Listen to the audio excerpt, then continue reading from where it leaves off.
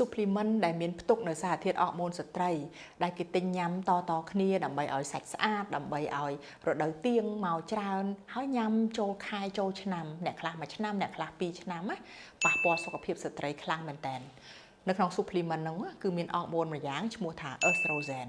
អរម៉ូននេះជាប្រភពនៃការរីកនៃកោសិការបស់មនុស្សស្រីពិសេសនៅសូដននៅនឹងតំបន់ភ្នេះរដូវកដាលអញ្ចឹងគាត់កំពុងតែឲ្យខ្លួនគាត់ប្រឈមជាមួយនឹងជំងឺមហារីកសូដនជាមួយនឹងជំងឺមហារីកភ្នេះរដូវចា៎ជាទូទៅតាមក្បួនវិទ្យាសាស្ត្រការប្រើប្រាស់ថ្នាំអរម៉ូនត្រូវមានបរិមាណជាក់លាក់គោលដៅជាក់លាក់រយៈពេលជាក់លាក់ដោយការវាយតម្លៃពីគ្រូពេទ្យឯកទេសអញ្ចឹងมันអាចទៅទិញដោយខ្លួនឯងសម្រាប់ចិត្តទិញអញ្ចឹងបាននោះទេចា៎ហើយច្បាស់ណាស់គាត់តែងតែទិញព្រោះពេលដែលគាត់ញ៉ាំទៅគាត់ឃើញស្បែកគាត់ស្អាតពិតមែនតែស្អាតនេះមិនមែនជាការស្អាតដោយសុខភាពល្អនោះទេវានឹងធ្វើឲ្យបងគ្រោះថ្នាក់នៅថ្ងៃណាមួយអញ្ចឹងបើសិនជាបងចង់ឲ្យស្អាតដោយគុណភាពស្អាតដោយសុខភាពល្អបងត្រូវតែអនុវត្តទៅលើការហូបចុកឲ្យបានត្រឹមត្រូវនិងការហាត់ប្រាណជាប្រចាំវិញទើបជាជំរឿសត្រឹមត្រូវសម្រាប់បងអញ្ចឹងការប្រើប្រាស់ថ្នាំដោយពុំមានវេជ្ជបញ្ជានេះខ្ញុំសូមមិនលើកទឹកចិត្តឲ្យប្រើទេចា៎